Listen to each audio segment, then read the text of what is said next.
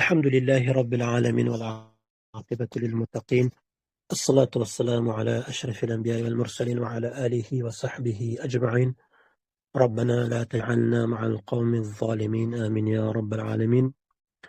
Bu darsligimizda davomi 3-qism.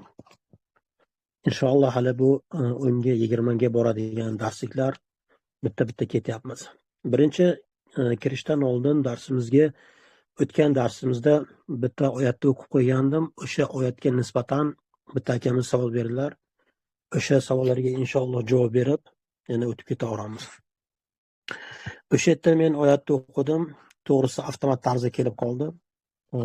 Albatta u oyat juda boshqa ko'p ma'nolarni ham ichida oladi. O'sha oyatda inshaalloh ma'nolarini tushuntirib, keyin darsimizga kiramiz. O'sha yerda eshitgan bo'lsangiz, men Isro surasining 37-oyatini men o'qiganman. A'udhu billahi minash shaytonir rojim. Bismillahir rohmanir rohim. ولا تمشي في الأرض مرحا إنك لن تخرق الأرض ولن تبلغ الجبال طولا. Bunaqa siyosiy fikr bilan tafsiri shunaqaki, yer yuzida kibrga, havoga berilib yurmagin. Chunki sen yerni teshita olmaysan va bu bo'yinlaring bilan tog'lardan baland bo'la olmaysan degan shunaqa ma'nosi. Ko'p tafsirlarda, hatto rus tilida ham shunaqa tafsiri bor ekan. Albatta u tafsirlar umumiy fikrda olib gapirilgan, lekin u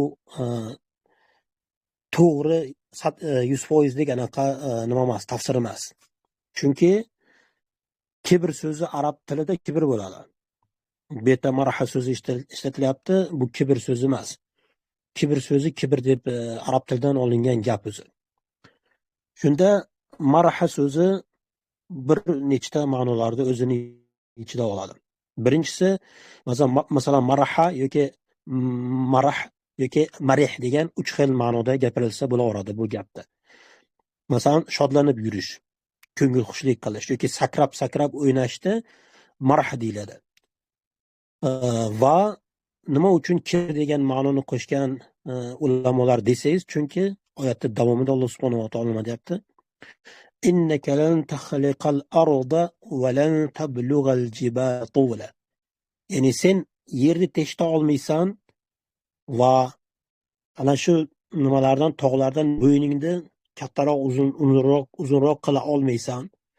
Yer yuzida marah bo'lib yurmagin degan shu oyatda ikkinchi bo'lagini olib shu kibr deb ta'bir qilishadi. Chunki bu kibrga ham dalolat qiladigan ma'nolar bor bu yerda. Endi birinchidan mana shu xaraqa so'zi yoki xarqun degan so'z bu teshitish bir narsa bilan. Bir katta masalan nimalar bor, o'sha nimalarni ko'rgan bo'lsalaring, buldozerlarda unaqa burgulash bor.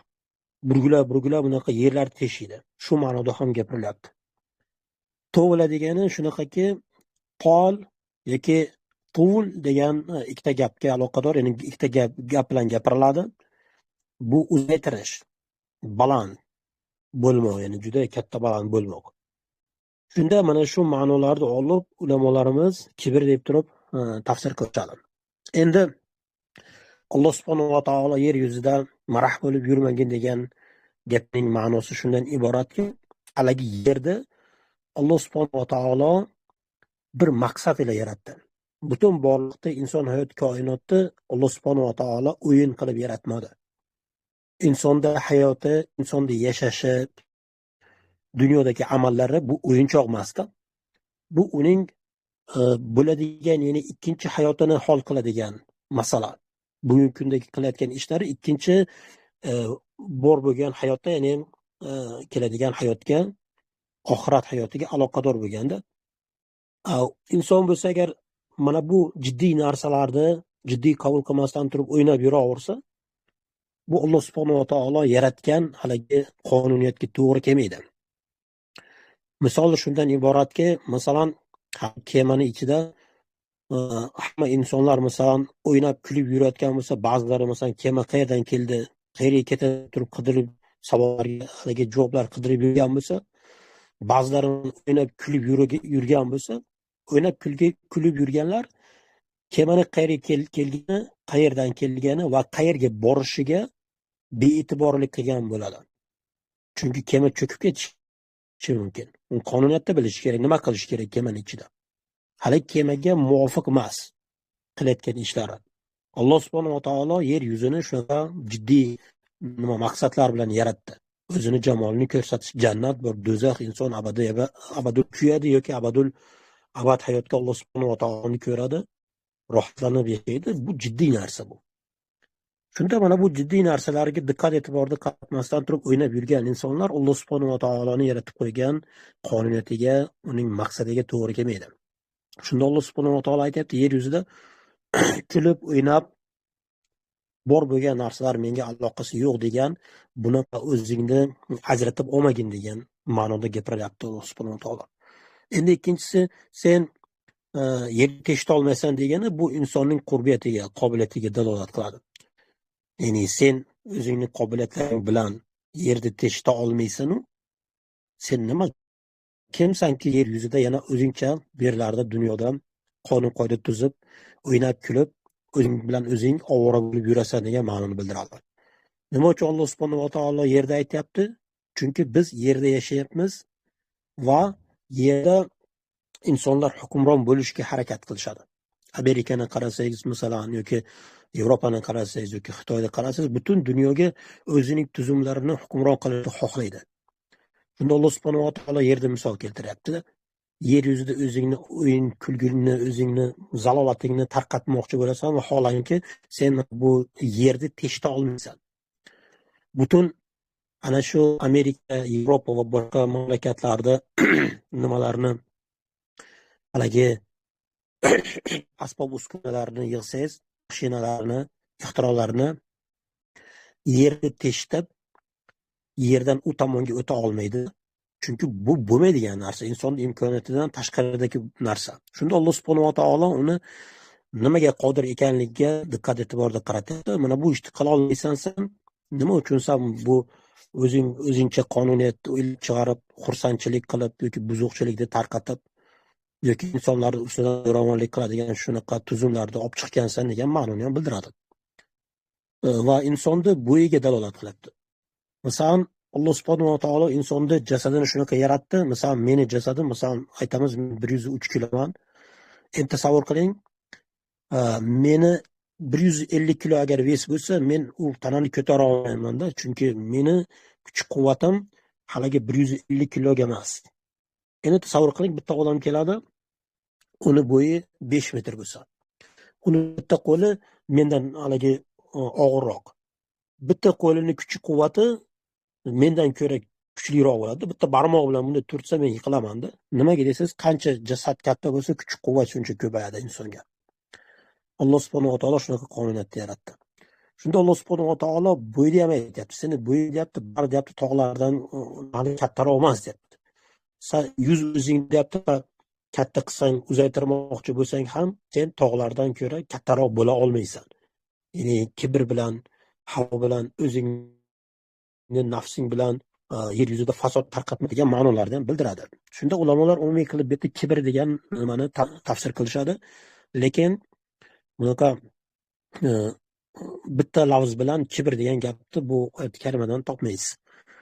Va bu yerda asosiy kerak bo'lgan narsa shuki, yer yuzida o'zing bilan o'zing ovora bo'lmagan, maraq, ya'ni o'yin kulgu, bor bo'lgan siyosatlar, bor bo'lgan muammolar menga tegishli emas degan ma'noni bildiradi. Asosiy shu, maraq so'zi shuni bildiradi. Asosan shu lug'aviy ma'nosi shu. Endi oyatdan umumiy mana bu yerni teshita olmaysan, bo'ying masalan tog'lardan baland emas degan ma'nolarni bunday olib qo'ysangiz, kibr degan ma'noni bildirishi ham mumkin. Shunda ulamolar buni umumiy qilib kibr deb tafsir qilishadi. Alloh alam shu oyatning ma'nosi taqriban shunaqa. Endi biz Bismillahirrohmanirrohim biz darsimizga kiramiz. Bugungi darsimiz o'sha o'tgan darslarimizning 3-qismi. Va bugun insonlarning asosiy muammolari va u muammoning to'g'ri yechimi degan shunaqa masala. Insonlarning asosiy muammolari o'zi nima?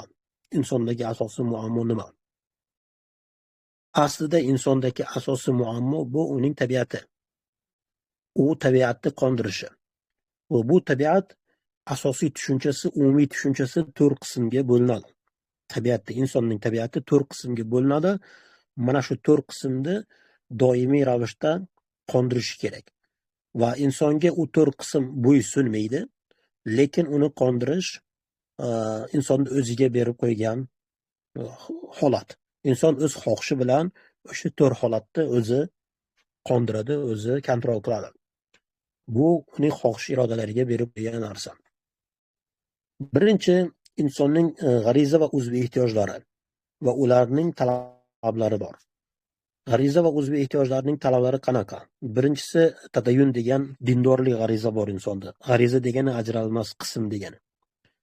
Insondagi ajralmas qism. Tadayyun g'arizasi ya'ni dindorlik. Biz asrlar mobaynida insonlarni ko'rib kelyapmiz. Insonlar doimiy dindor bo'lganlar. Masjidga borishganlar, cherkovlarga bor. Cherkovlar bo'lmasa agar, masjidlar bo'lmasa, qanaqadir soxta ilohlarni o'zlari yasab olgan, odamlarga sig'ingan, pullarga sig'ingan, ayollarga sig'ingan, boshqaruvchilarga sig'ingan. Nimanidir ulug'lab kelgan. Oyda, quyoshda yoki kechqurun kunduzni farqi yo'q.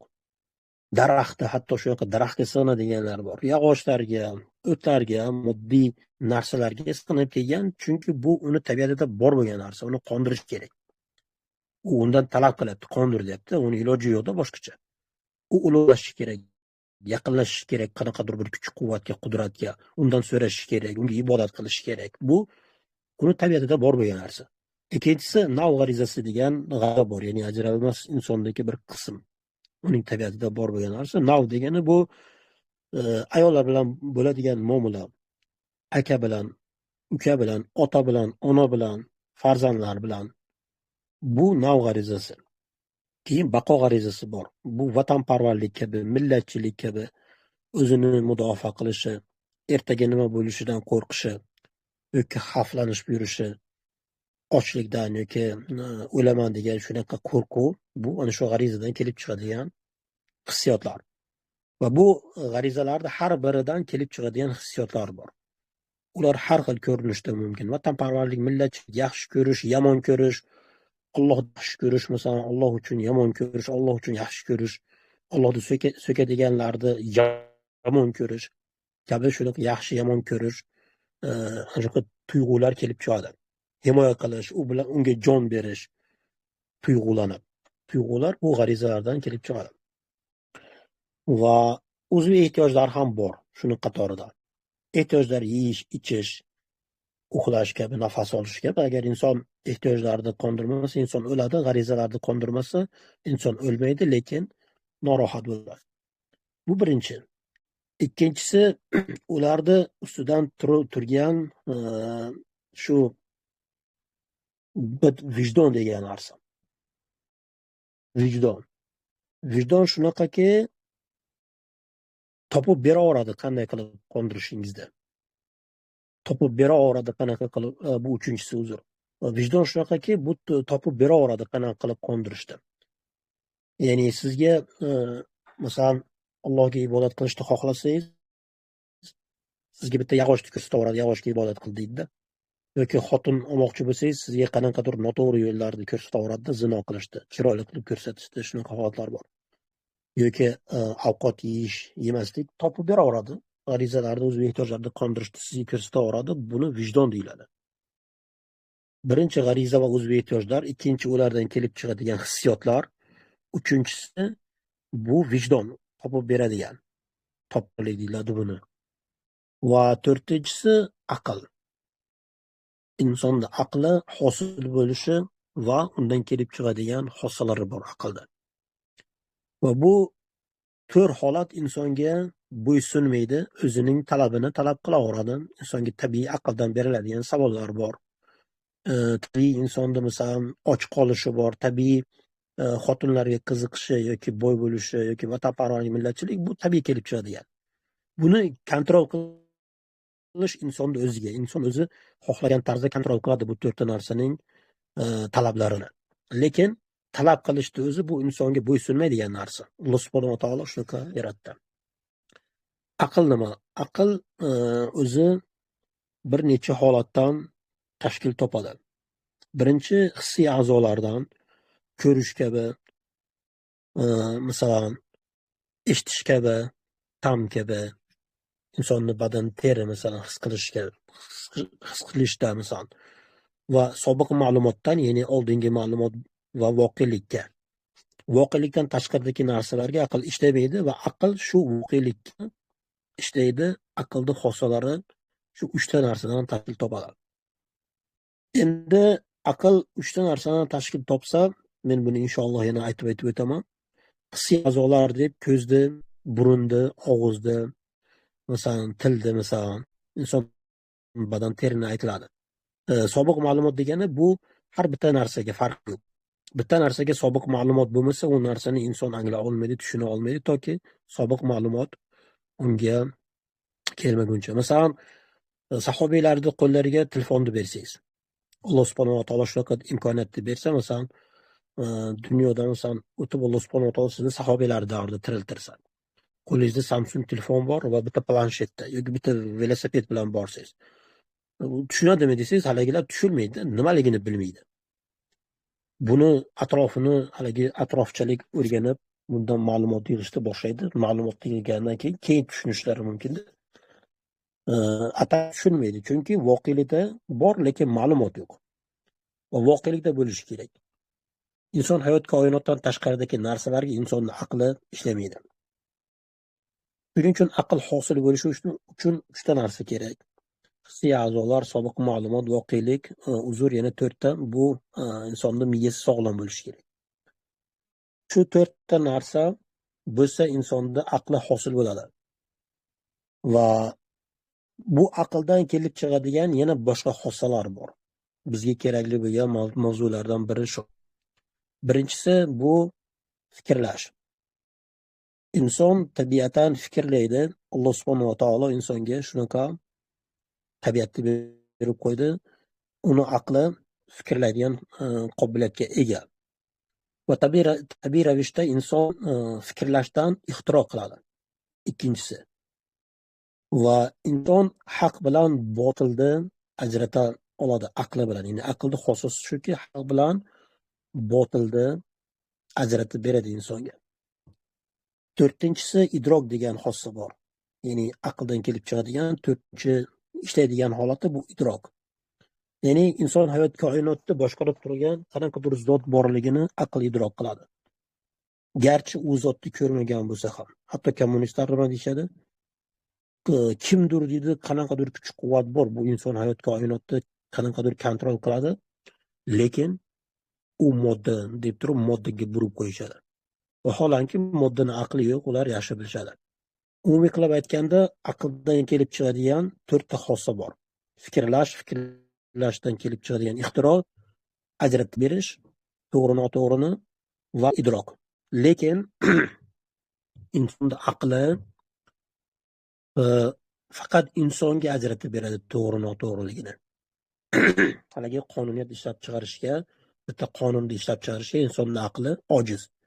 Insonlarning muammolariga qanaqadir qonun ishlab chiqarishga ojiz.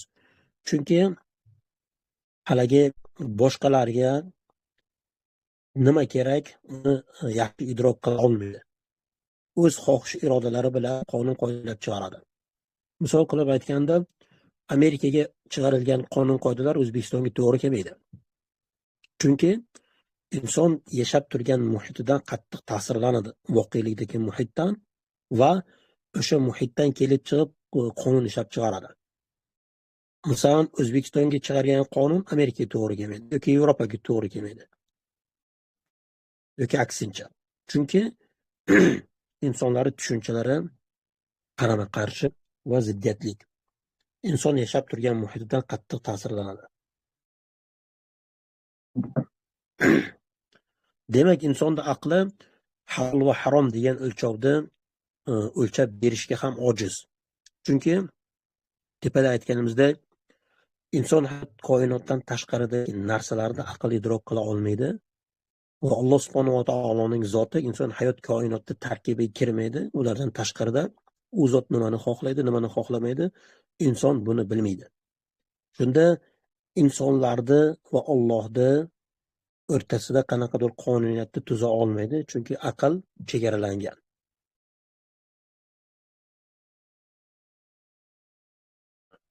Inson ko'rib turgan narsalarigagina baho berishi mumkin va ularni to'g'ri noto'g'riligini ajratib olishi mumkin. Masalan, qorong'uni qorong'u deydi, kunduzni kunduz deydi aql.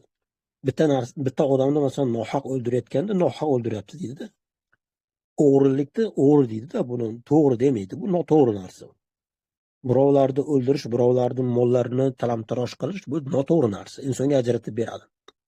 Inson bu narsalarni o'lcha oladi, lekin insonlarga nisbatan harom halolni Alloh o'rtasida, insonlar o'rtasida hech qanaqa qonun tuza olmaydi. Demak, insonlarning asosiy muammosi nima? Bu insonning yaratilish tabiati. Insonning yaratilish tabiatiga nimalar kirar ekan? G'arizalar, uzviy ehtiyojlar va g'ariza uzviy ehtiyojlarni ustidan turadigan hissiyotlar va u hissiyotlarni ustida turadigan topqirlik, vijdon va bularni hammasini ustida turadigan aql. Aql nimalardan hosil bo'lar ekan? Bu to'rtta narsadan. Hissiy a'zolardan, sobiq ma'lumotdan, voqelik, insonning sog'lom miyasidan, to'rtta narsadan hosil bo'lar ekan va aqldan kelib chiqadigan xossa ham to'rtta ekan. Tabiiy ravishda bu narsalar insondan o'zini qondirishni talab qiladi. Boshqa misol bilan aytganda, Alloh subhanahu va taolo insonni yaratgani, yer yuzida tushirgani jannatdan aynan uning g'ariza va uzviy ehtiyojlari va aqlni qanoatlantirishini o'ziga, o'z xohishiga berib qo'ygani. Asosiy muammo yer yuzida inson g'ariza va uzviy ehtiyojlarini va aqlini qanoatlantirib yurishi. Boshqa muammo yo'q. Inson yer yuzida boshqa narsalarni qilmaydi. Qiladigan ishi shu. Onadan tug'ilganiga yalang'och keladi. O'layotgan paytida yalang'och ketadi. Onadan qanaqa kelgan bo'lsa, onadan tug'ilgan paytda qanaqa tug'ilgan bo'lsa, shunaqa ko'mishadi. Hatto bitta naskisini olib ketmaydi inson. Boshqa qiladigan hech narsasi yo'q. Faqat g'ariza va uzviy ehtiyojlar va aqldagi xossalarni kontrol qilish, qanoatlantirish yoki aqlga ergashish yoki o'sha hissiyotlarga, nafsga, vijdonga ergashish, shunaqa narsalarni Alloh subhanahu va taolo insonga berib qo'ygan va insondagi asosiy muammosi shu. Boshqa muammo yo'q inson uchun. Aqldan kelib chiqadigan savollar, qayerdan keldim, nima qilishim kerak, qayerga boraman degan, bu aqldan keladigan savollar bu. Aqlli mavjudot bunaqa fikrlaydi. Aqlsiz emas.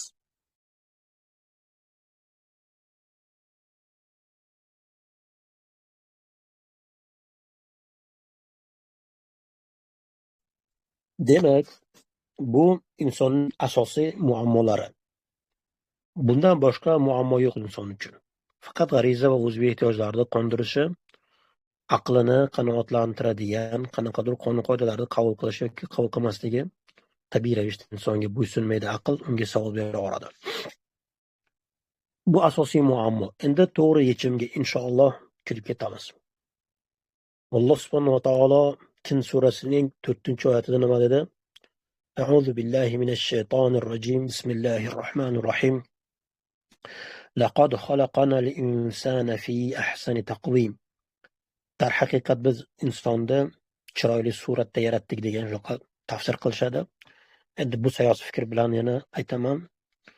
Chunki taqvim so'zi bu nafaqat chiroyli surat degan ma'noni bildiradi. Inshaalloh bunga ham to'xtab o'tamiz. Ya'ni nima uchun biz to'g'ri narsani topishimiz kerak? Chunki Alloh subhanahu va taolo bizni taqvim qilib yaratdi. Shuning uchun inson to'g'ri yechimga kelishi kerak. G'ariza va uzviy ehtiyojlari, uni aqli talab qiladigan narsalarni, masalan, sayoz fikrda bu bir inson o'ylab chiqargan bo'lsa, qanaqadir fantaziyalar bo'lsa, qanaqadir gipotezalar bo'lsa, o'sha ketaversa, bu inson taqvim masalasiga tushmaydi, ya'ni taqvim holatiga tushmaydi. Hayvonlardan hech qanaqa farq qilmaydi. U tuzumni to'g'ri, noto'g'riligini ajrata olmasa, hayot turmush tarzini to'g'risini, noto'g'risini ajrata olmasa, Alloh yaratib qo'ygan haligi xossalarni bu bir chekiga surib, o'zi hayvonlarga taqlid qilgan bo'ladi. Shunda taqvim so'zi bir nechta ma'nolarni o'zini ichida oladi. Birinchisi qovama. Taqvim degani bu qovama so'zidan kelib chiqadi. Qovama degani rostlanish degani. Rostlanish, to'g'rilanmoq degani, o'nglanmoq, tuzatmoq, kurashadigan degani, qarshilik ko'rsatadigan degan ma'nolarni bildiradi. Albatta, chiroyli degan ma'noni ham bildiradi. Chiroyli degan ma'nosi bu bitta ma'nosi xolos.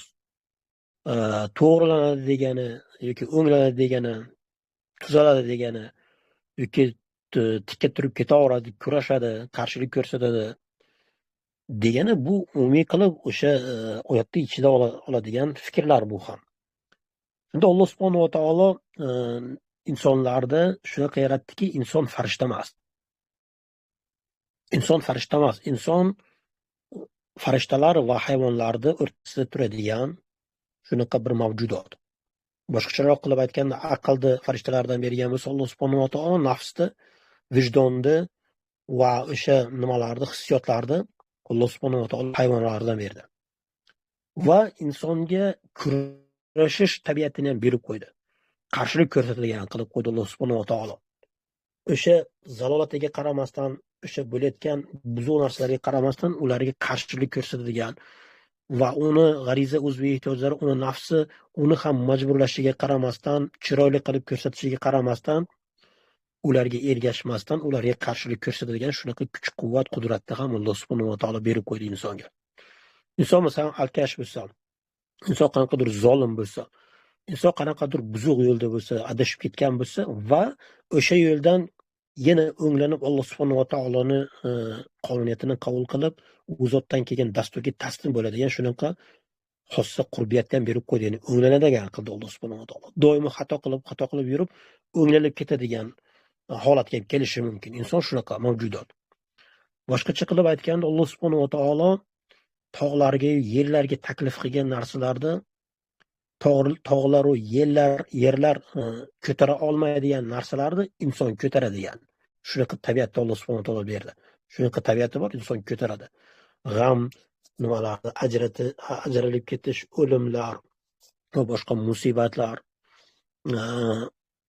qarshilik ko'rsatish, bo'layotgan zulmlarga qarshi kurash, bitta g'oyani qattiq ushlab turish va hokazo, bu insonda bor bo'lgan tabiatda Alloh subhanahu va taolo insonga berib qo'ydi. Inson o'ziga shunaqa tabiatlarni mujassam qilgan mavjudot. Shunda Alloh subhanahu va taolo fi ahsani taqvim, ya'ni biz deyapti eng chiroyli tarzda deyapti kurashadigan qilib yaratdik uni. Chiroyli tarzda o'nglanadigan qilib, chiroyli tarzda deyapti Alloh subhanahu va taolo rostlanadigan. Chiroyli tarzda deyapti kurashadigan deyapti, shunday qilib yaratdik uni deyapti. Chiroyli tarzda suratda ham Alloh subhanahu va taolo aytgan, ya'ni surat ham chiroyli.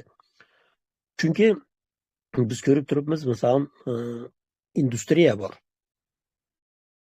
Industriyada masalan g'arb industriyasida o'zining dunyoqarashini tarqatish uchun filmlar ishlab chiqaradi. Misol qo'shiqlarga asosiy qurol nima desangiz, insonlarni badanlari, insonlarni chiroyini qurol qilib olgan. Chiroyli ayollarni bo'lsa yechintirib, qo'shiqlarda aytib buzuqlikni ko'rsatadi, chunki u haqiqatan Alloh yaratib qo'ygan qurol u ayolga nisbatan. Bu действительно haqiqatan Alloh subhanahu va taolo yaratib qo'yganda, uni qurol sifatida ham ishlatish mumkin-da. Insonni chiroyini qurol sifatida ishlatib, o'zining buzuq dunyo qarashini singdirishi mumkin. Bu voqelikda bor bo'lgan, chunki Alloh subhanahu va taolo shunaqa chiroyli yaratdi insonni. Chiroyli erkaklar, chiroyli ayollarni atayin qidirib, o'sha Amerika shtatlaridan topib, filmlar, kinolar yozib tarqatishadi butun dunyoga, o'zining buzuq siyosatini tarqatish uchun shunaqa uslubni qo'llashadi. Shunda bu ham Alloh subhanahu va taolo yaratib qo'ygan insonga bitta chiroy. Bu taqvim. Lekin asosiy ma'nosi bu taqvim shunaqaki, bu chiroyli degani emas. Bu qovam, ya'ni turadigani, o'nglanadigan, rostlanadigan. Alloh subhanahu va taolo shunaqa kurashadigan qilib yaratdi, o'zining g'oyasiga turadigan qilib yaratdi. Va bu umumiy bu yerdan kelib chiqadigan asosiy tushuncha, bizga kerak bo'lgan narsa bu bitta narsa. Alloh subhanahu va taolo insonni aqli bilan boshqa mavjudotlardan ajratib qo'ydi degan shu tushunchani olsak biz uchun yaxshiroq bizni mavzumizga.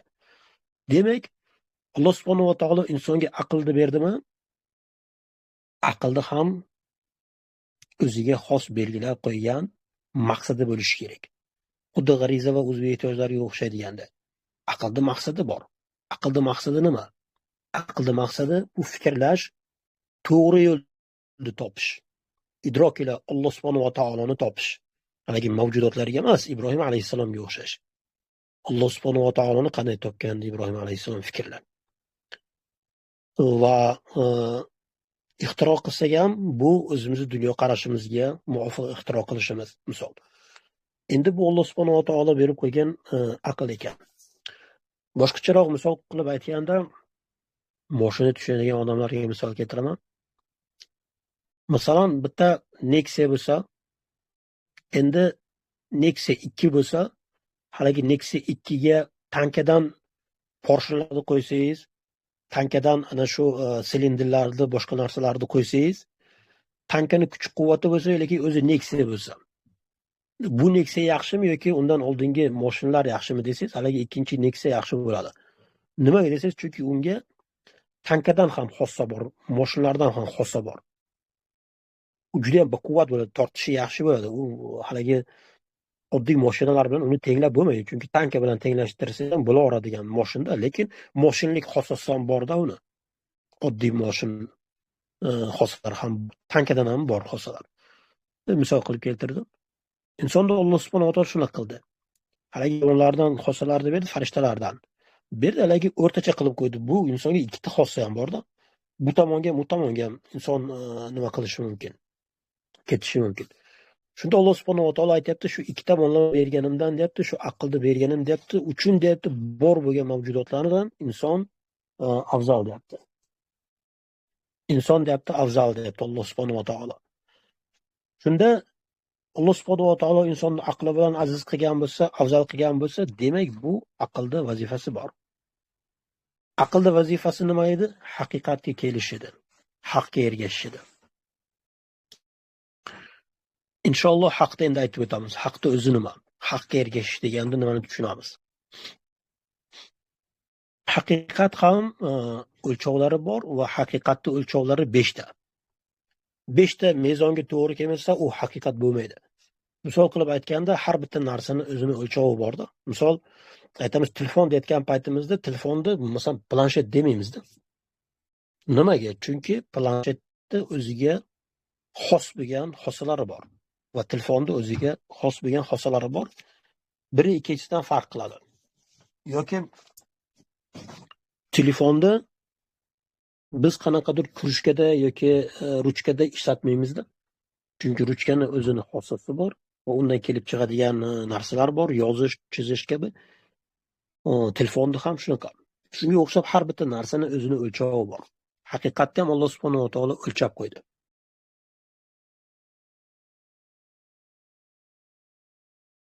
Va haqiqatning o'lchovi Alloh subhanahu va taolo 5 ta qilib qo'ydi. O'zining Qur'onidan, o'zining kalomidan umumiy tushunchalari 5 ta. Birinchi haqiqat shunaqaki, Alloh subhanahu va taolo aytgan boshqa oyatlar ham juda ko'p. Ixtilof, ziddiyatlik bo'lmasligi. Albatta har bittasiga dalil bor Qur'oni Karimdan. Ziddiyat bo'lmasligi, ya'ni haqiqat haq bo'lishi uchun unga ziddiyatlik bo'lmasligi kerak. Bitta yerda masalan ha deyilsa, ikkinchi yerda yo'q demaslik kerak. Bittasida bor desa, ikkinchisida yo'q demaslik kerak yoki bitta ikkita degan masala masalan chekash bo'lmasligi kerak.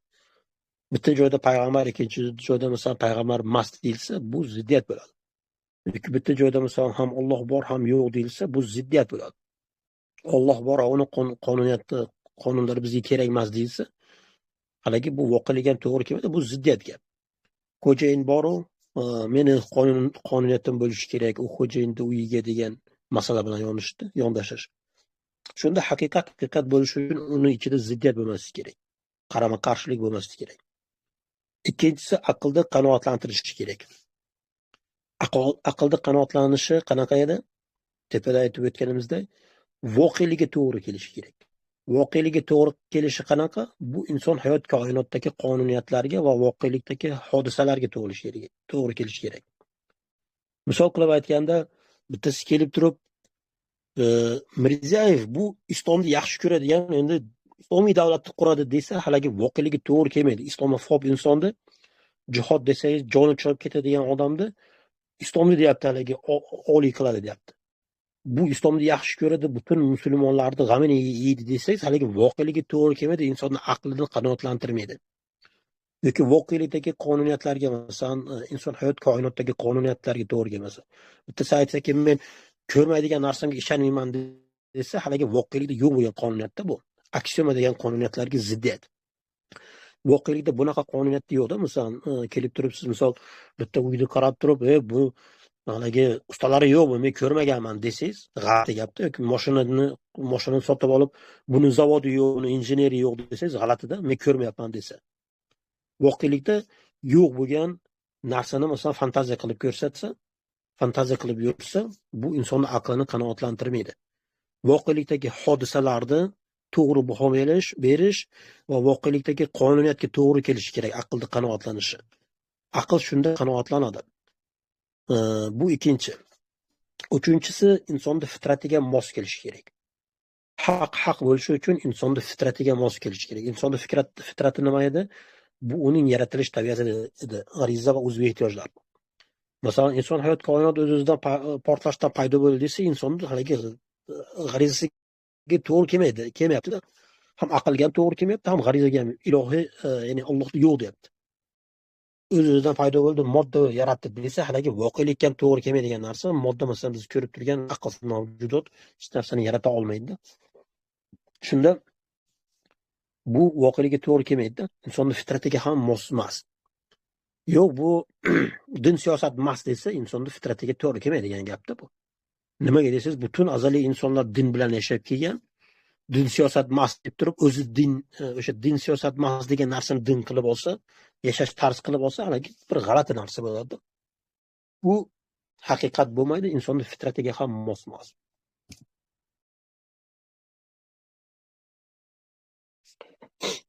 Insonni fitratiga yakka xudojo'ylik bor. Sig'inish bor. Unga yaqinlashish bor. Qanaqadir kuch-quvvat, qudratdan, o'zidan ulug' bo'lgan zotdan so'rash bor. Unga ibodat qilish bor. Endi o'shani yo'q deb turib, bu modda shunaqa moddaga sig'ina olsa yoki insonlarni sig'inishni o'rgatsa, qanaqadir tuzum, qanaqadir odamlar, qanaqadir g'oya, albatta bu fitratga mos kelmaydi, bu haqiqat o'lchovi bo'lmaydi. To'rtinchisi, shubha bo'lmasligi kerak. Ha yo'q degan shubhali narsalar bo'lmasligi kerak. Haligi odamlarni aldab, odamlarni o'z manfaatiga bo'ysundiradigan, xohlagan tomonga o'zining g'oyasiga hamma narsani ishlatadigan, dininimi, dunyosinimi, pulini, kuch-quvvati, qudratinimi, shunaqa g'oyalarmi, shunaqa holatlarmi shubha tug'diradigan bo'lsa, u yerda haqiqat yo'q bo'ladi. Va oxirgisi, beshinchisi, bu insonni qalbiga xotirjamlik berish kerak. Insonni qalbi xotirjam bo'lishi kerak. Demak, ziddiyatlik bo'lmasa, aqlni qanoatlantirsa, insonni fitratiga mos kelsa, shubha bo'lmasa, qalbni o'zi avtomat tarzda xotirjam bo'ladi. Shu shubha degani yana shunaqaki, sayoz ma'lumotlarga asoslanmagan bo'lsa, to'g'ri mutavatir ma'lumotlar bo'lsa, shunda u haqiqat bo'ladi, 100% shubhadan xoli bo'ladi-da, u ma'lumot haq bo'ladi. Demak, umumiy qilib aytganda, haqiqatni o'lchovi 5 ta. Bu ziddiyat bo'lmasligi, aqlni qanoatlanishi, insonni fitratiga to'g'ri kelishi, shubha tug'masligi va qalbga xotirjamlik baxsh etishi. Bu haqiqat. Va bir minut.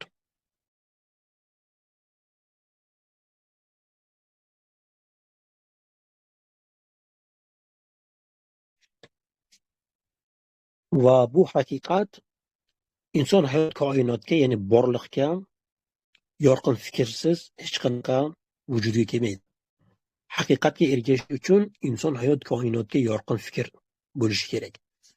Ya'ni o'sha g'oyalar, biz ushlab turgan g'oyalar, biz yashab turgan turmush tarzi, siyosatmi, iqtisodmi, ijtimoiymi, boshqa masalalarning farqi yo'q.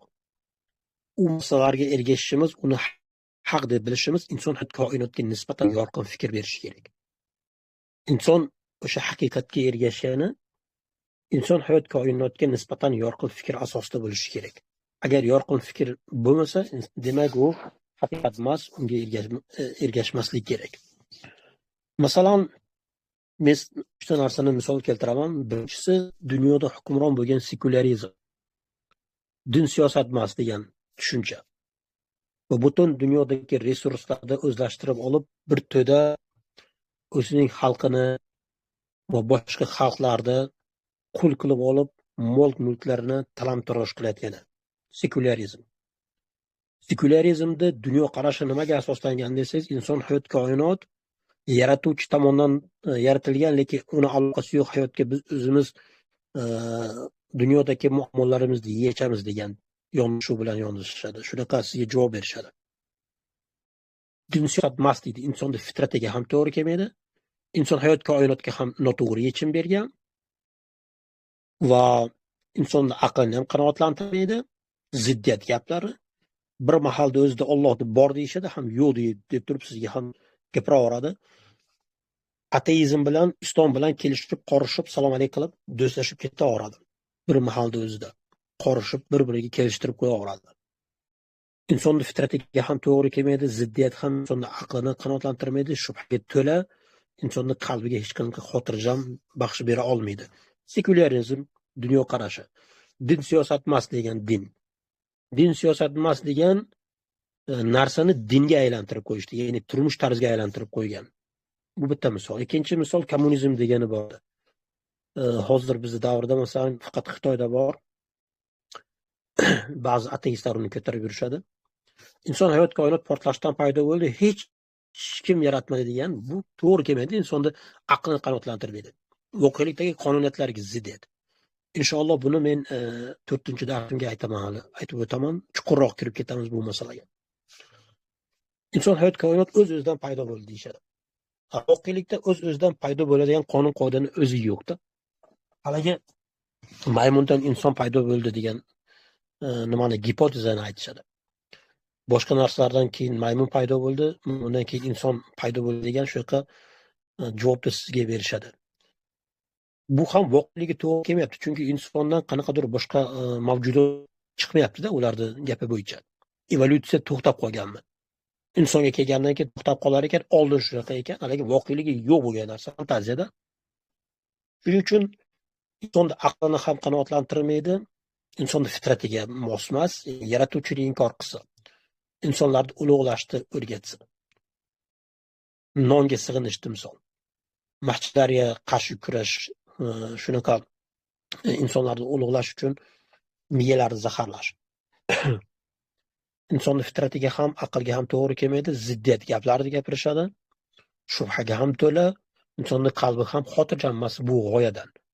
Chunki bu haqiqat emas, inson hayot koinotga ham yorqin fikr berishmadi. O'zlariga o'zi ziddiyat gapni gapirishadi. Misol qilib aytganda, inson hayot koinot o'zidan paydo bo'ldi deydi. Bundan tashqari yana sizga termodinamikaning birinchi qonuniyatini aytib qo'yishadiki, hech narsa o'zidan paydo bo'lmaydi deydi. To'xta, unday bo'lsa, hech narsa o'zidan paydo bo'lmasa, sen nima uchun o'zidan paydo bo'ldi deyapsan desangiz, oldin bunaqa qonuniyat yo'q edi deydi-da. Qanaqadir o'yin bilan sizni shubhalantiradigan holat bilan shunaqa javob berishadi.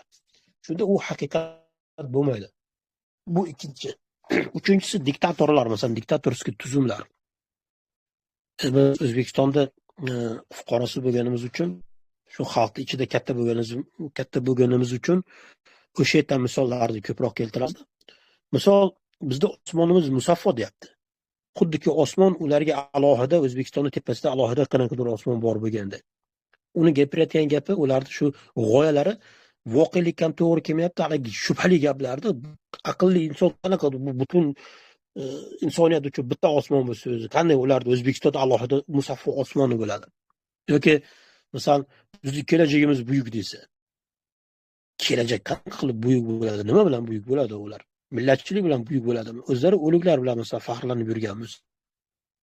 O'liklar bilan faxrlanib yuradigan davlatning kelajagi buyuk bo'ladimi? Biz mustaqil deb turib, xalqning pulini masalan borib turib Trampga beryapti yoki Putinga masalan xizmat qilib yuribdi. Bu nima degani desangiz, hali voqelikka to'g'ri kelmayapti ular. G'oyalar insonni aqlni ham qanoatlantirmayapti, fitratiga ham mos kelmayapti va shubhali narsalarni qiladi. Qalbda ham xotirjam yo'qda insonlarning qalbi. Chunki mol mulkini taram-tarosh qilyapti. Majburan minib olgan xalqning ustiga yolg'on saylovlar o'tkazyapti va hokazo. Bu haqiqat emas, bu botilda bu. Shuning uchun mana bu O'zbekiston ko'targan g'oya yoki Tojikistonmi boshqa davlatni atrofidagi bu mana bu 5 ta o'lchovga to'g'ri kelmaydi. Ya'ni haqiqat o'lchov emas. Bu g'oyalar aynan kommunizm, dinni hayotdan ajratish, sekularizm va diktatura tuzumlari va hokazo bular insoniyatni go'yoki asrlar mobaynida orqaga tashlab qo'ydi. Masalan, Fir'avnni ulug'lashardi, misol. Fir'avnni sen ilohimiz, sen falon bismanon deyishardi. Yoki Fir'avndan oldin qanaqa qilib ulug'lashardi. Kahf surasida esga tutsalaring agar. وَرَبَطْنَا عَلَى قُلُوبِهِمْ إِذْ قَامُوا فَقَالُوا رَبُّنَا رَبُّ السَّمَاوَاتِ وَالْأَرْضِ. Ularda qalblarini Alloh subhanahu va taolo rivot qilgandan keyin musulmonlar chiqib, bizni Robbimiz yer osmonlarni yaratgan Robb sen kimsan degan gapni gapirganlariga ularni qamatib o'ldirmoqchi bo'lishdi. Alloh subhanahu va taolo ularni nima Kafga, g'orga boringlar deb turib shunaqa vahiy qildi. Ular g'orga borishdi. Qancha yillar mobayndan keyin Alloh subhanahu va taolo ularni uxlatib qayta tiriltirdi. Ya'ni o'sha davrda haligi Iso alayhisalom kelmagan davrda oldin podshohlarni qanaqa ulug'laydigan bo'lsa, bizda O'zbekistonda bugun shunaqa holat. Misol, Tojikistonda ham shu. Haligi bir johil bo'lgan, islomofob bo'lgan, Allohning payg'ambarini yomon ko'radigan, qo'pol bo'lsa ham uzr endi eshakdan farqi yo'q bo'lgan Emomali Rahmonovni qo'yib, oliy prezidentimiz falon desmanon deb haligi ashob davridagi holatni qilishyapti. Masalan, prezidentim, ulug'im deb turib bittasi chiqdi-yu misol. Haligi Mirziyoyev ulug'layapti. Bu jaholat shunaqaki, nafaqat haligi Rasul sollallohu alayhi vasallamning davrlaridan oldingi va undan oldingi davrga jaholat davriga shunaqa insonlarni orqaga tashlab qo'ydi. Bu g'oyalar shunaqa holatga tushirdi insonlarni. Lekin insonlar buni yangi O'zbekiston, yangi g'oya, yangi narsa deb qabul qilishadi. Aslida bunaqa emas. Voqelikda bunaqa emas. Siz qachonki ilohiy kitobni o'rganib chiqsangiz, keyin tushunib yetasizki, haligi Lut qavmi tuzumi bilan Amerika yashabdi. Muhammad sollallohu alayhi vasallamdan oldingi masalan davr. Masalan, yangi yilni bittasi yo'q qo'yapti, yangi yil deyapti, yangi narsa deyapti, mana bular deyapti 1500 yil oldin deyapti, musulmonlar yashyapti, harom deyapti, biz deyapti, normalni deyapti, bugun yashayapmiz deyapti. Men unga aytdimki, bu o'zi qadimgi Sapodamidan paydo bo'lgan bo'lsa, bizni eramizdan deganda ular milodiy yildan Iso alayhisalom tug'ilmasdan oldin 3000 yil oldin o'zi paydo bo'lgan nima bo'lsa, bayram bo'lsa. Qanaqa qilib bu yangi bo'ladi? Men aytib, bizlar 1,5 ming oldin 1,5 ming yil oldin g'oya bilan yashab turgan bo'lsak dedi. Senlar dedim, haligi 5000 yil oldin dedim, shunaqa g'oya bilan yashapsizlar, sizlar o'ta ham qoloq insonlar dedim. Kelib dedim, sen u qolib ketgan davrlarni bayramini bayram qilib olib, sen o'zingni bugun yuksak deb bilasan. deb shunaqa javob berdim, gapira olmadi. Chunki bu haqiqatda, ya'ni har davrda o'zida, har bitta jaholat davrida johiliyatning qavmi o'zini ulug', biz o'ta sivilizovanniy odamlar deb turib taqdim etgan shunaqa fikrlab yurgan. Doimo shunaqa fikrlarni aslida qoloq bo'lgan, dunyo karvonidan orqaga qolgan shunaqa johillar ko'tarib yuradi. Islomni jaholat, islomni zulmat, islomni buzg'unchi g'oya deyotganlar bu Fir'avnning g'oyasi. Shunaqa davrdagi insonlar bugun yashayapti va bugungi tuzumlar insonlarni ana shu davrga, ana shu 5000 yil oldin bo'lgan o'sha tushunchalarga, o'sha davrga tashlab qo'ydi. Men bu 3 ta g'oyani ko'toq qilib misolni keltirib qo'ydim va undan tashqari Islom risolati bor. Islom risolati inshaalloh biz yanada keyingi darslarimizga kirib boramiz. Payg'ambarlarga muhtojligimizni misol kitob Alloh subhanahu va taolodan ekanligi, u zotning borligi, birligi va boshqa narsalar g'oyalarni osta-osta ketaveramiz bu boshqa darslarimizga. Aynan Islom risolati, aynan Islom shu asosiy insonni muammosiga diqqat e'tiborni qaratdi. Asosiy muammo nima edi? Insonning g'ariza va o'z ehtiyojlarini qondirishi. Insonni hayvonlar darajasiga ham, farishta bo'lmasligiga ham ko'rsatib qo'ydi. Inson bu xato qiladi, bu kechirish kerak, birodaringni da'vat qilish kerak, o'nglash kerak. Alloh subhanahu va taolo hatto aytayapti, sizlar gunoh qilmaganini deyapti. Sizlarni joylaringizga boshqa mavjudotlarni keltirardim, gunoh qilardi, tavba qilardi deyapti. Misol, haligi sizni tabiatingizda bor bo'lgan narsalarni ham Islom 100% chegaralab qo'ymayapti-da. Xato qiladi-da inson tabiatda bor bo'lgan narsada. G'ariza va o'z ehtiyojlaringizni, talablarini cho'tqa qilib sizga qondiryapti. Qayerdan keldim deganda sen jannatdan kelding. Qanday qilib yashayman deganda sen shu yaratuvchining qonun qoidalari bilan yashashing kerak. Va bu yaratuvchini aqlni qanoatlantiradigan qilib aql asosida yechib berdi Islom. Qayerga boraman o'limdan keyin tuproqqa aylanib ketamanmi deganda yo'q, tuproqqa aylanib ketmaysan. Abadiy hayot bor, adul qolib ketasan jannatning ichida. Yaratuvchini jamolini ko'rasan.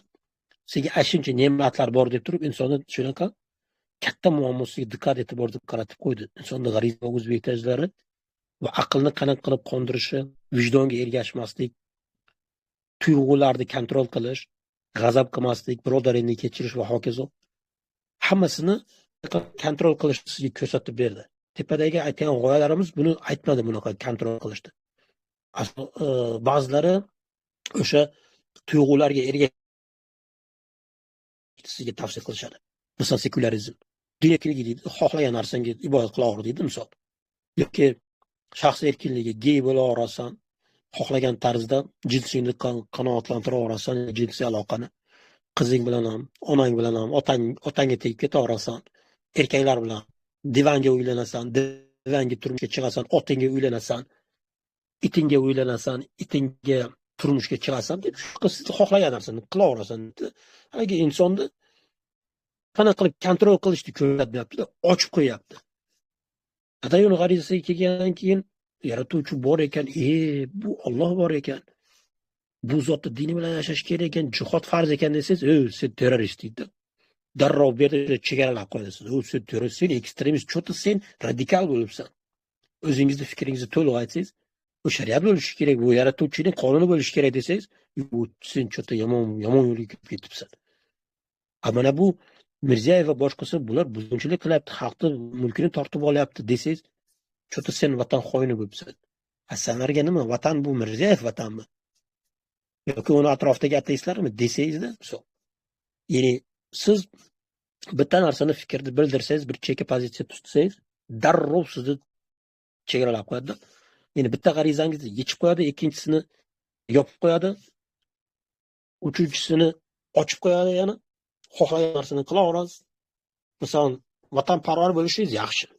Vataningiz uchun joningizni berishingiz yaxshi ular uchun.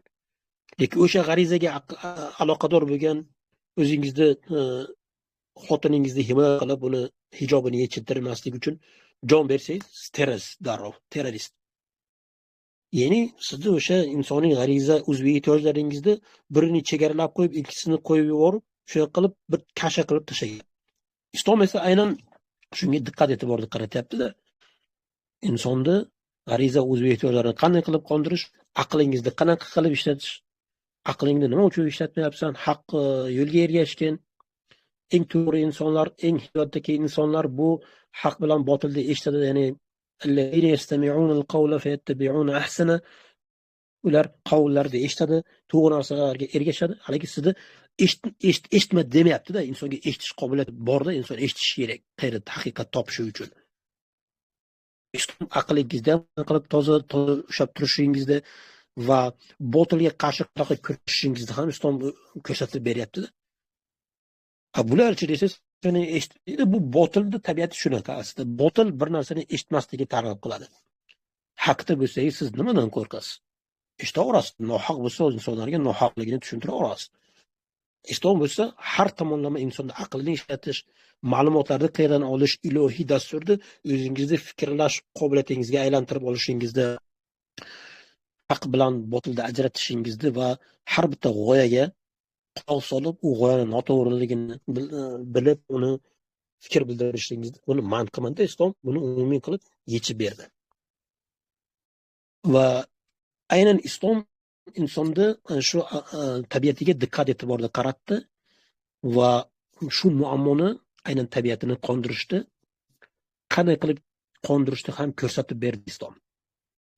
Insonga savollarga, tabiatidan beradigan savollarga javob ham berdi islom.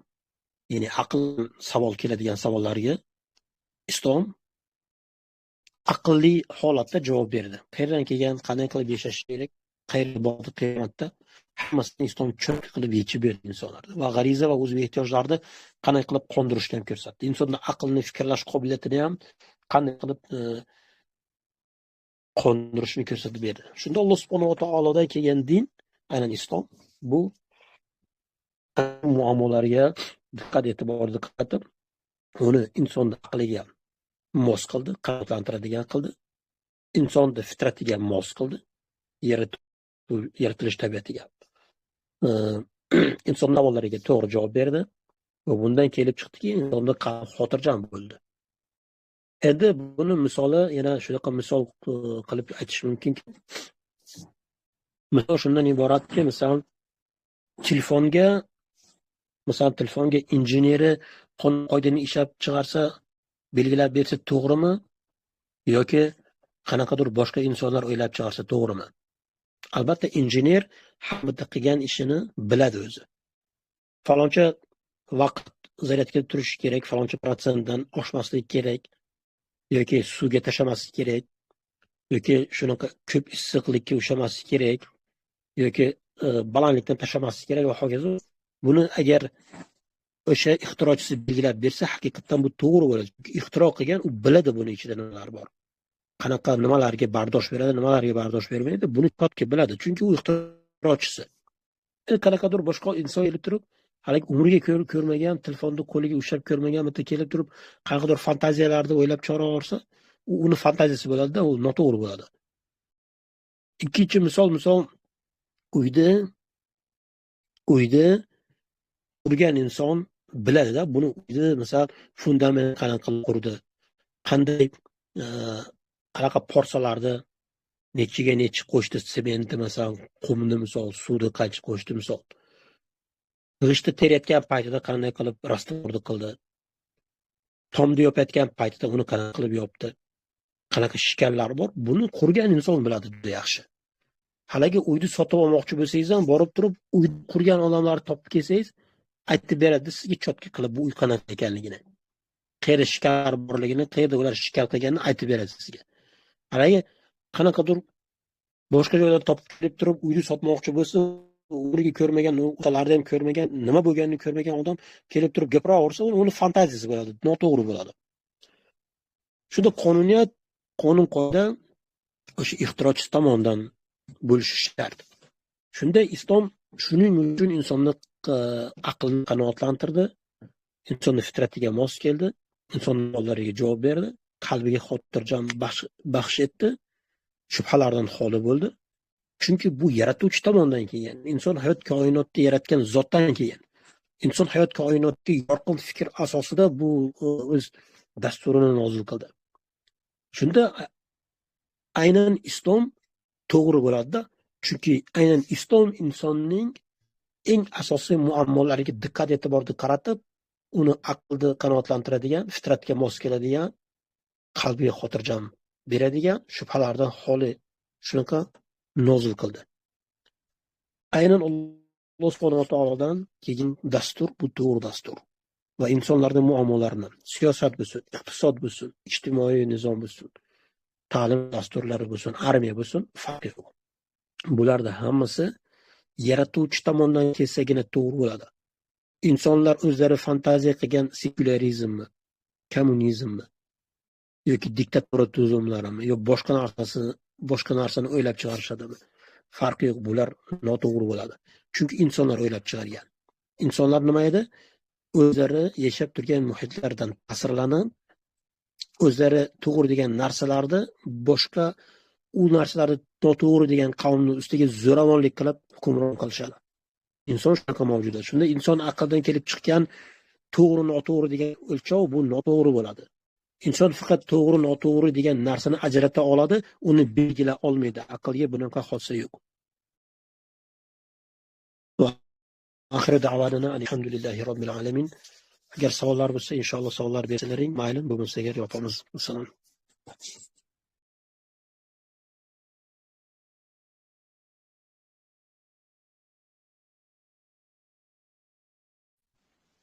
Akalar, savollar bormi mavzuga doir? Assalomu alaykum va rahmatullohi va barakatuh. Savol kimga? Shu Mansur Aminga bersak bo'ladimi? Va alaykum assalom va rahmatullohi va barakatuh. Birodar, agar inshaalloh javob beraman. Mashalloh, Alloh rozi bo'lsin. Bir nimani so'rab bilmoqchi edim. Risolat, ya'ni o'sha payg'ambarimiz Hazrat Muhammad Mustafa sallallohu alayhi vasallam davrida qanday bo'lgan bo'lsa, yana yuzaga chiqadi. Xuddi shunaqa qiyinchiliklar bilan deb rivoyatlarda ham hadisda ham keltirilgan, shuni eshitgan edim.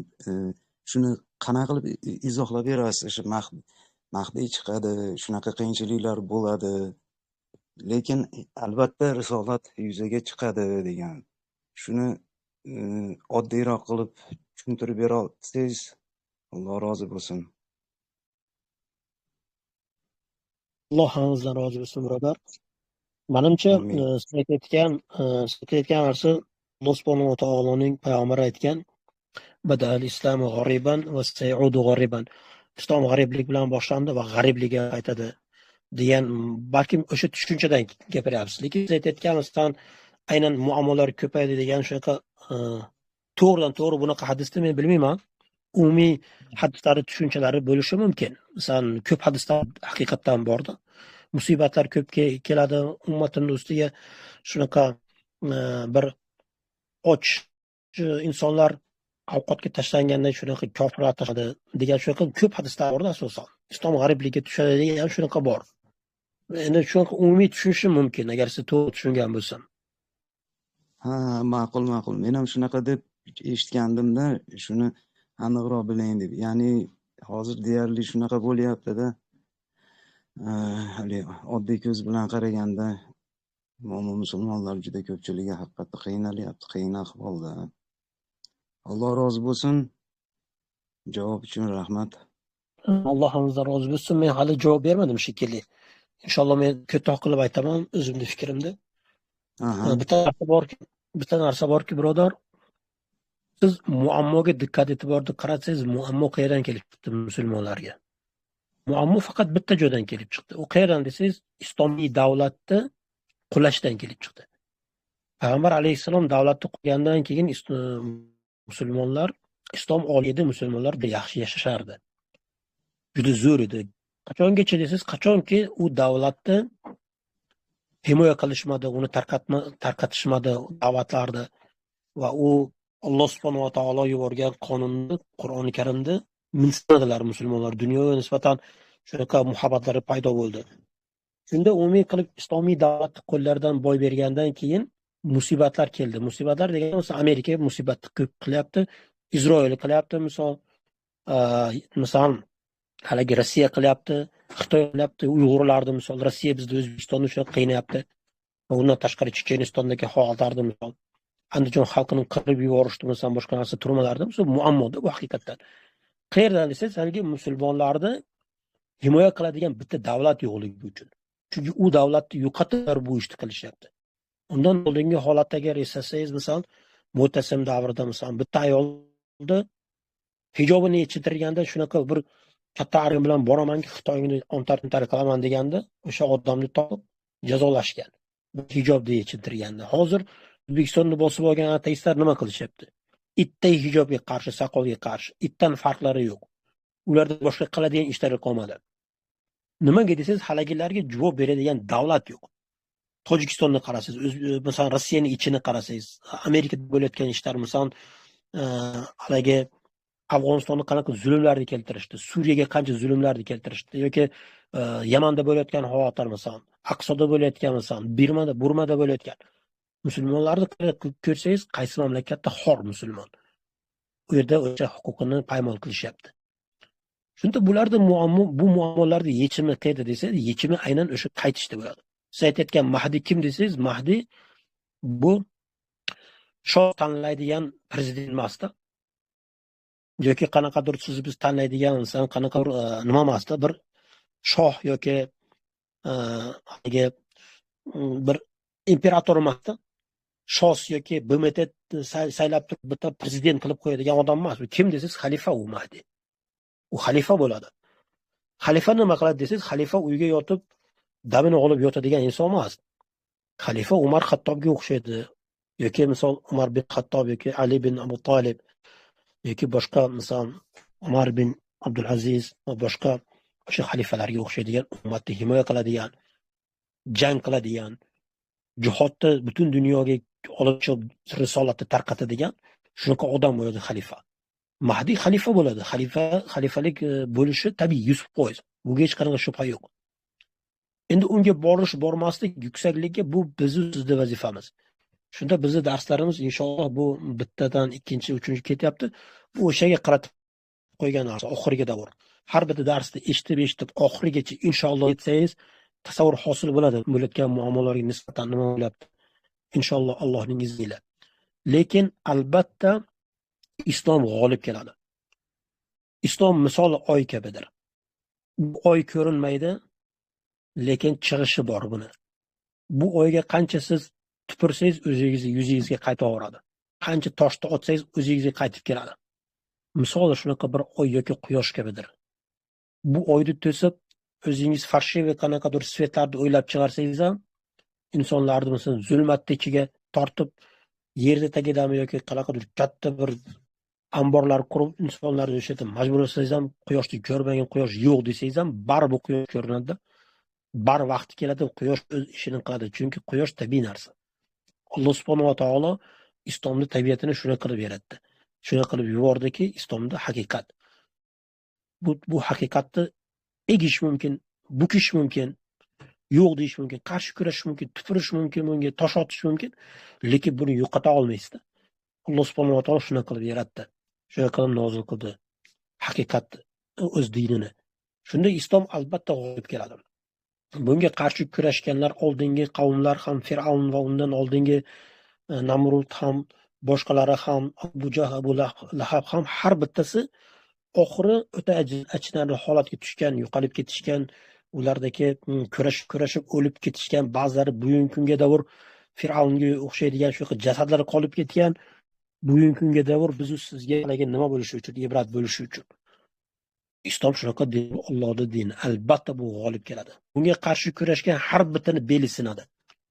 Buni vaqti bor. Lekin uni oliy qilmaslikda Alloh subhanahu va taolo bizni sizga berdi. Biz siz o'zimiz harakat qilmasak, Alloh subhanahu va taolo bizni holatimizni o'zgartirmaydi. Dunyoning maqsadi shu. Biz dunyoda Alloh subhanahu va taoloni sinamaymiz. Alloh bizni sinaydi. Sinash uchun bizda o'z xohish irodamizga berib qo'ygan narsalar bor, harakat qilish bor, kurashish bor, qabul qilish bor, inkor qilish bor va hokazo. Shunda islomda oliy qilish aynan sizni, meni vazifam va bizni tinglayotgan har bitta birodarlarimizni, opa-singillarimizni vazifasi. Har birimizni bo'ynimizdagi vazifa. Alloh yaratib qo'ygan shu maqsad shu dunyodagi. Alloh alam shunaqa birodar. Rahmat, Alloh rozi bo'lsin. Yana bir kichkina savol.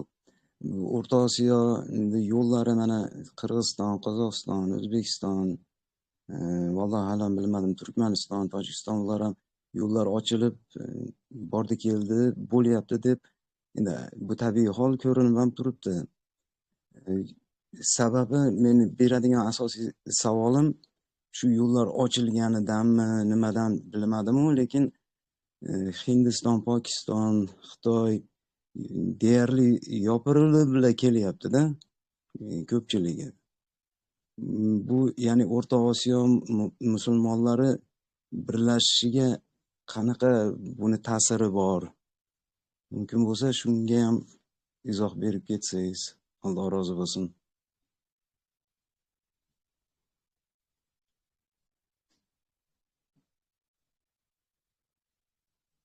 Alloh hammamizdan rozi bo'lsin, birodar. Birinchidan Birinchidan, o'sha O'zbekiston, Tojikiston, Qirg'iziston degan buni kim o'zi tuzgan desangiz, bu kofirlar tuzgan. Bu bitta musulmon bo'lgan qavmlar bu yerda hech qanaqa begona odam yashamagan. Qirg'iz bilan O'zbekda hech qanaqa farqi yo'q. Bu aka-uka bo'lgan qavm. O'zbek bilan Tojikda, Tojik bilan Afg'onda bu bitta qavm. Bu ikkita, uchta, to'rtta emas. Tillari boshqa bo'lishiga qaramasdan bu azaliy bir bo'lib kelgan Buxorodagi ulamolarimiz, Termizdagi bu asosan uchta to'rtta qavmga bo'lishni o'zi noto'g'ri. Bu kofir qilgan, bu kommunistlar qilgan narsa.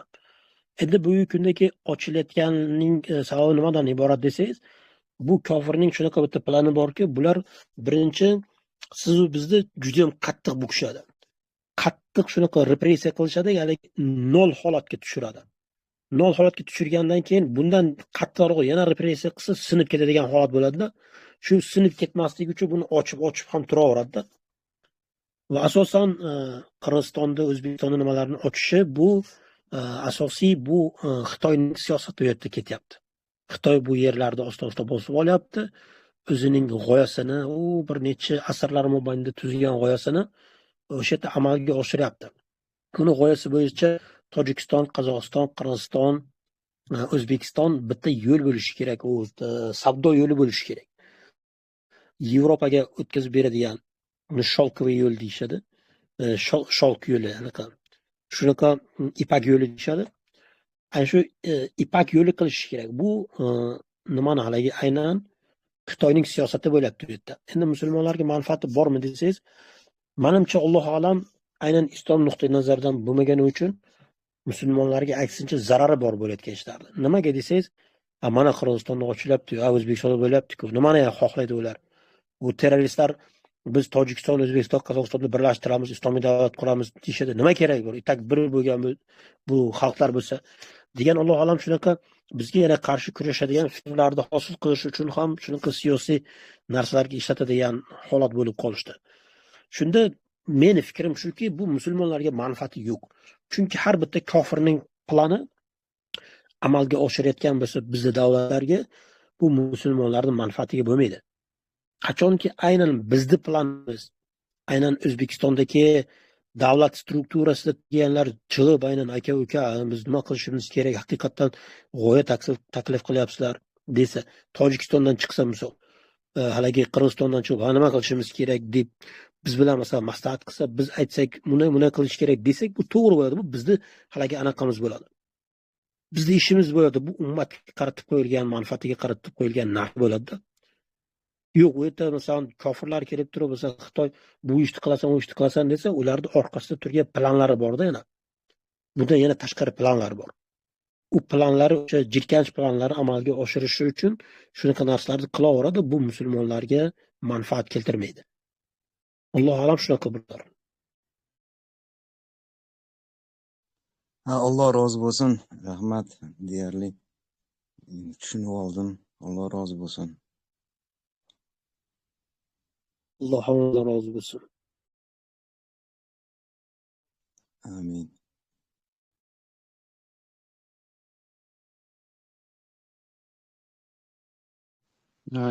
Savollar bormi yana?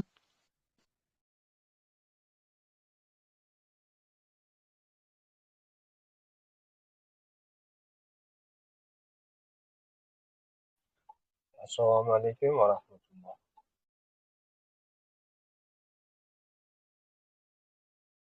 Va alaykum assalom va rahmatullohi va barakatuh. Manavi nimani gaplashmadinglarmi Mansur aka? Ya'ni Rossiya Putin aytibdi-ku, manavi nimani prezidentini Amerika o'g'irlab ketdi, o'shini tezda qo'yib yuboringlar degan narsani gaplashilmadimi?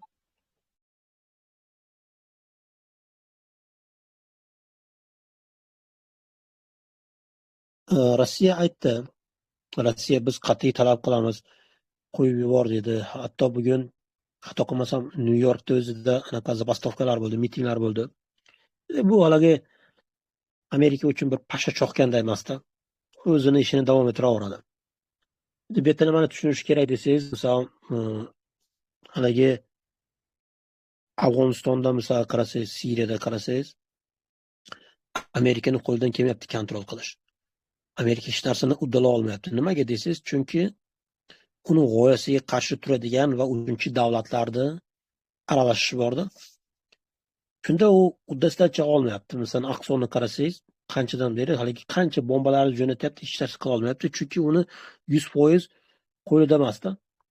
Endi Venesuelachi desangiz, Venesuela u 100% qo'lida ekanligini dalili shuda, u o'z uyidan kirib chiqarib ketyapti prezidentni. Endi olib borib uni nima qilishadi? Sud qilib uni qamatib yuborishadi. Bu shuni daliliki, haligi 100% u davlat bo'ysunganidan oldin, yo'q biz bu ishni qilmaymiz degandan keyin uni olib ketishyapti, ya'ni bo'ysunmagan holatda. Chunki Venesuela bu Rossiya tomoniga og'dirayotgandi, Rossiya tomoniga nima qilayotgandi, Rossiya bilan birlashamiz, Xitoy bilan birlashamiz degan shunaqa nimalar bilan chiqqan edi. Prezidenti Amerikaga qarshi fikrlar bildirayotgan edi. Shunga shunaqa operatsiya o'tkazdi. Bir kunda o'zida tinchitib qo'ydi, chunki uni qo'ydi edi oldin ham. Misol O'zbekistonda Putin shunaqa qilishi mumkin-da. Shuning uchun masalan Karimov yoki tashqari Mirziyoyev ularda ramkalardan chiqmaydi. Ramkalardan chiqsa agar shu qilishi mumkin. Endi hozirgi holatida emas, oldin qilishi mumkin edi. Bular hozirgi davr Putinni o'sha 5 yil oldingi kuch-quvvati bor degan shunaqa tasavvurda yurishadi. Qo'rqoqlarda. Misol qilib keltirganda. Alloh alam shunaqa 100% kontrol bo'lgani uchun prezidentni kirib uyidan olib chiqishgan. Endi Rossiya nima deydi, nima demaydi, bu pasha cho'qqanda emas. Uning interesi Amerika uchun. Amerika o'zining ishini qilaveradi, o'zini ta'sirini o'tkazish uchun yana hozir boshqa prezidentni qo'yishadi, u prezident xizmat qilaveradi Amerikani manfaatiga qarab. Alloh alam shunaqa.